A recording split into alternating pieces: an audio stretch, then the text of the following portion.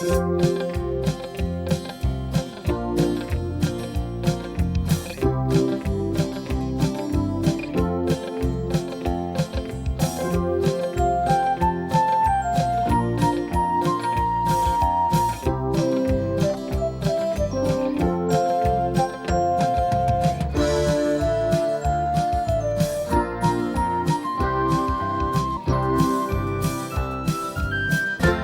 welcome to our full winter edition of Best Friends.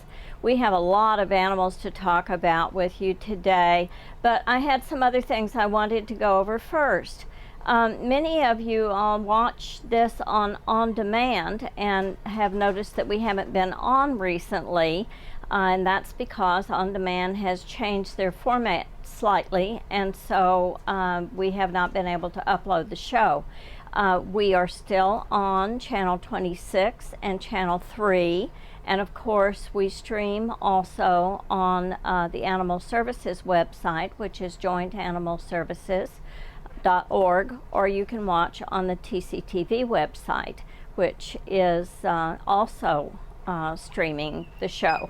So with that said, this is a transition month. February and March, we start getting some really warmish days that you don't need scuba gear to stay outside. Okay, not very many of them. And nights that are still quite cold. And when I say transitioning, I mean in terms of the temperatures. That can be really stressful for animals. And to help them out in making sure they don't get sick, make sure that your pets are immunized. Watch them for signs of things like upper respiratory. I know I have a cat that just came down with it at home. And the other things that may mean that they need a little extra help from either your vet or you to get through these next months comfortably. We have some animals in foster care. Although the shelter census, the number of animals that we have in shelter is typically lower during this time of the year because animals, like people, do not want to be getting out in the nasty cold and wet. Hey! But I was going to tell you about some of them. We have a couple of snakes in foster care, rosy boa and an albino king snake. So if any of you are interested, I don't have them available to put on TV right now, but they are available. And then we have some elderly kitties, a pair named Tigger and Ginger, and they're both 9 years old, but they are adorable. They're, I believe that they are ginger tabbies, and they've been together all those long years, and so if you're interested, just ask us about them. We have two more that are available at South Bay Vet Clinic. They are living there because they have some slight neurological damage, but we felt like the clinic setting where they can be watched would be a little more comfortable for them than the shelter.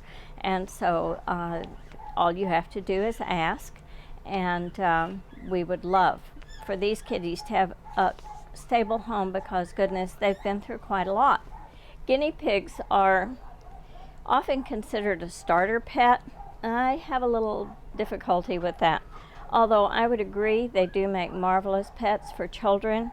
They're also kind of fragile, and a little kid will say anything to get a pet, even agree to take care of it every day for the rest of their life. Most of us as parents and grandparents know that it doesn't usually work out that way, and that was what happened with these guys. I think the child had had them about a week, and we ended up with them here, which was certainly better than any alternative I could think of. They're great little guinea pigs, and very friendly, and really love parsley and carrots and all those other treats that are special to guinea pigs. This is Bertha. Bertha is a Flemish giant. She weighs about 17 pounds, and she's getting ready to make a rapid exit here. Bertha is really a very gentle girl. She has some staining on her front. The volunteer told me to make sure that I let you know that that's carrot juice. She's extremely fond of carrots, and so she dribbles a little bit. That's okay. She has other attributes than being a very neat eater. I think she is just charming. She has this wonderful haircut that sticks up right between her two ears, and her ears are huge and floppy. And as you can see right now, we are stressing Bertha out by filming her. She does not like this, and so we are going to leave. But I wanted you to know that Bertha is available for adoption, and she probably would not make a great little kid's pet, although my grandchildren have Flemish Giants and do quite well with them. They're awfully heavy and really don't appreciate being separated from Mother Earth all that much by little arms. So still, they are a very gentle kind of rabbit. There is something about this little fella that is just absolutely magnetic. Aside from the fact that he purrs almost immediately when you touch him, he is just adorable. He's 7 months old. He came from Lewis County, and he came with a sibling that we'll show you in a minute, who is a little less outgoing than he is. He is just the neatest kitten. Short-haired, beautiful markings, very healthy little guy. Aren't you? Yes. I'm not sure what all of this is about.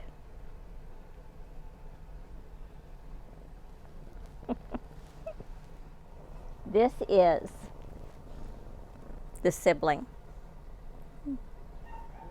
Absolutely adorable kitten. It's a little less outgoing than the black and white one. But not much. Just not quite as forward or as active, but every bit as adorable.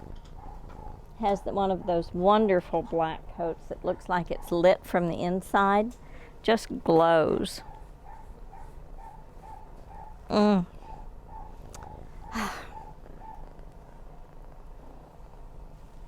I do love cats. This guy is such a mess. He reminds me of Pigpen out of, is it Charlie Brown? Fur that just goes every which direction. In spite of the fact that the volunteers brush him daily, he is still just fur every which way. And it isn't that he doesn't groom himself, he does. He's just one of those bedhead cats, you know? And just an absolutely adorable, loving guy. He's purring and purring underneath my hand here. Loves being petted, very cuddly. I figure he could probably hold his own in almost any household.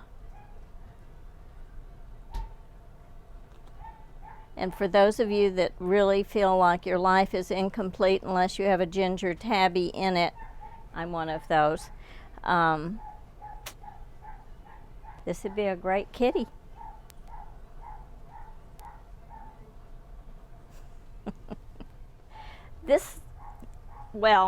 She's a very large, firm cat, okay? She's awfully round and not completely sure about what she's doing here.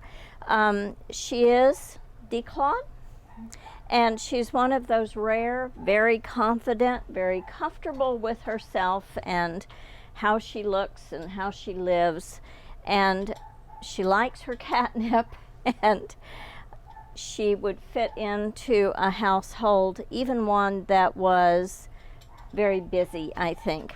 She is being declawed. She would not be a good candidate for an indoor-outdoor. I have no idea why this happens, but almost every time I say she really should be an indoor cat because of the declaw surgery, people immediately say, oh, I had a cat that could go outdoors and it was declawed. And great, that's nice for you and the cat that you knew well, but if you adopt a declawed cat, please do not make the assumption that it can go outside, because most declawed cats can't.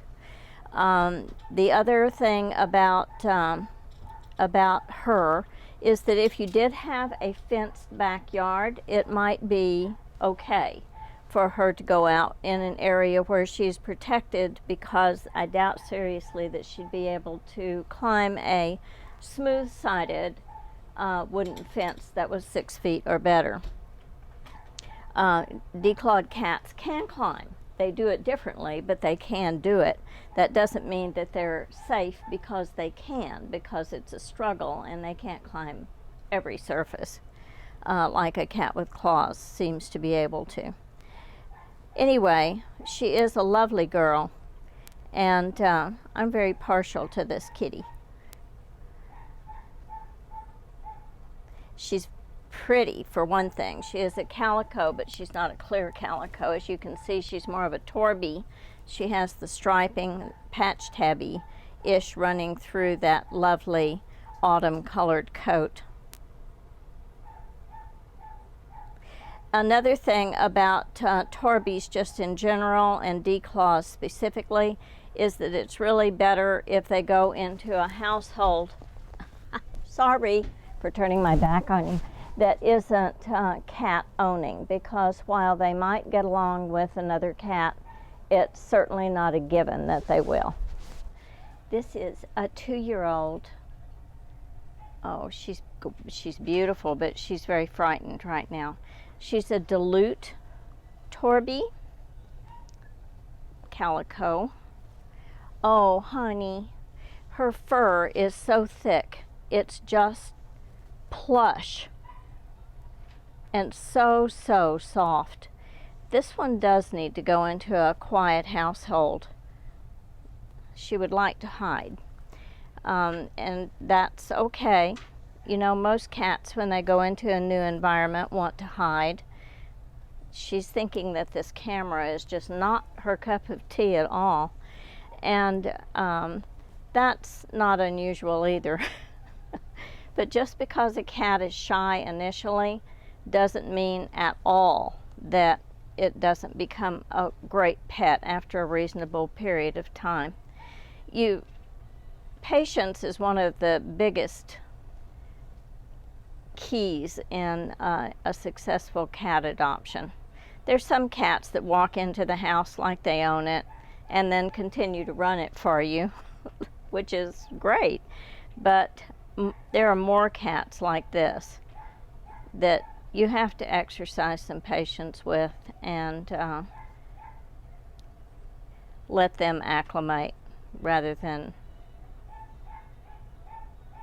making them acclimate, because that doesn't work all that well. Cats just have a different way of looking at the world than humans do, and certainly than dogs do. She is absolutely beautiful. What a little jewel. We have another unwilling subject here. She's a gray and white. She has the rather interesting physical attribute of a corkscrew tail. I'm not sure she's going to show it to us. She's actually thinking that perhaps anywhere would be a better place than right here. I know. Well, look, you can look the other way and we'll show people your funny little tail. Nope. I don't think this is working, Wilma. Can you see her? Okay. we don't have fencing, you know, right here. And so we're going to have to just talk about this. You need to stay and show people how beautiful you are, because it's important if you're going to get a new home, don't you think? Yeah, we try and put our best paw forward, don't we? Yeah. That's always a better idea. Yeah. She is a beautiful, beautiful kitty.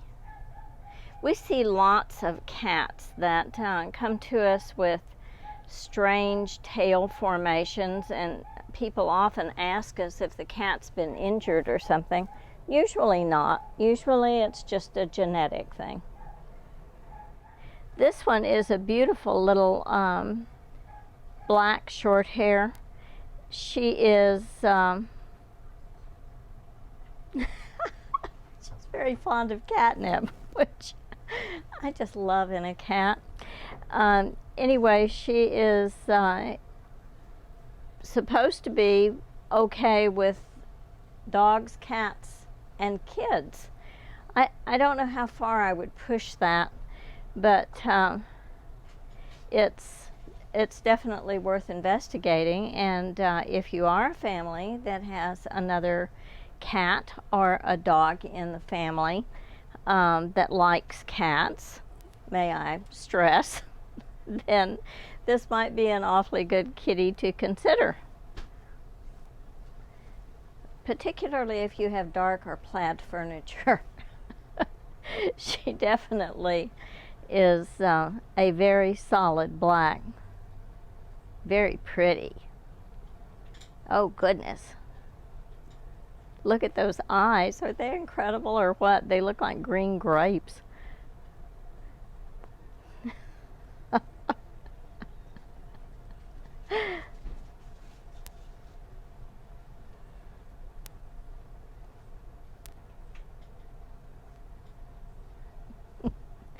Well, contrary to the last two that we've had that were so shy, this one is not. She's quite outgoing.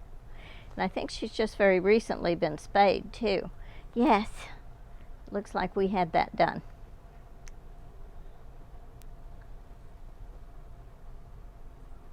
You are very cute.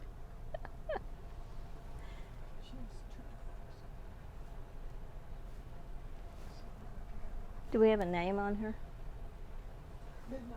Oh.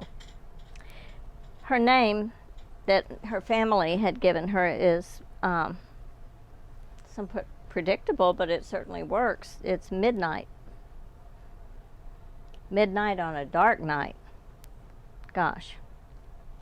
Raven wouldn't be such a bad name either. But Midnight it is.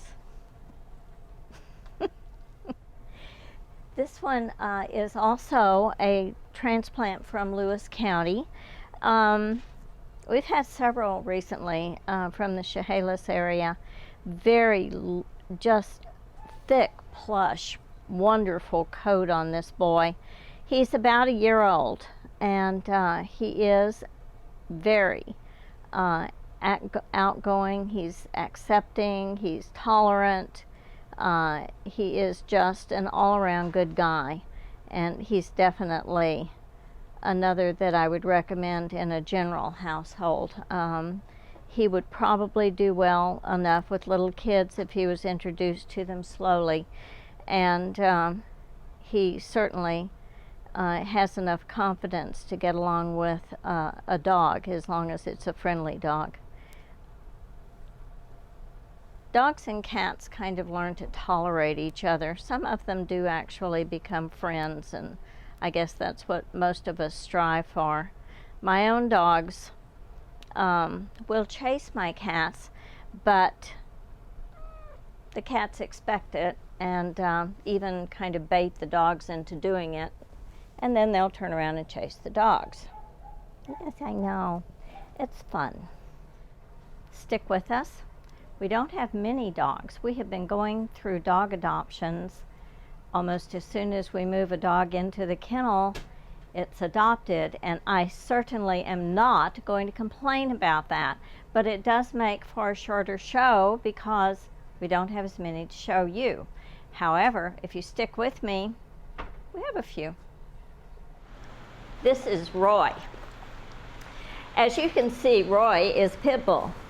Roy has been with us for, wow, a month, maybe a little more. When he came in, he was totally emaciated. No, I'm not giving you my finger back. You bit it. And his skin was really bad, and he was losing fur on his rear end. Are you gonna be nice? Okay, that's better. And there were some other things going on. I mean, he is, after all, a pit. And now he has gained weight, although he really could manage to gain more. He loves going for walks on the trail, and the volunteers adore him. I know. He is an excellent idea for a family, maybe older kids, simply because he's an exuberant boy and he might flatten little ones. He does need a fenced yard because he does have prey drive, like most dogs, but more so. And we don't want him in a household with any other male dogs, just because the bully breeds do have a history of gender aggression, and there's no point in tempting fate. There's just not. He's, for the most part, a pretty submissive guy, and isn't likely to pick a fight, but like most pits, he will finish that. And if you have a dog that is already kind of snappy, you know, snarky, sometimes pits will be okay with it, and then sometimes they kind of light up, and that's never a good thing. Overall, Roy is a terrific dog, as long as you know what to expect from him and what he can handle. And the owner is always the key to a great pit bull. And so we're pretty careful about who adopts our dogs. We will require a home visit, and if you rent your property, then the landlord is going to have to approve the adoption, but that's true in almost any of them. And would you believe it, although we have a number of younger dogs in foster care that have to get some age on them before they're available for adoption, Roy's what we have right now. All of our other dogs are either already adopted and are simply waiting for their surgery, or they are on a hold so that we can get to the house and check the fence and do all of those things that are part of our adoption process. But if you want to come see Roy, please feel free. He would love to visit with you. So for now, I will bid you a fond adieu. Have a terrific St. Patrick's Day if I don't see you before then. And remember to tune us in on our website, jointanimalservices.org, or the TCTV website, or Channel 3 or Channel 26. Make sure your pets are immunized.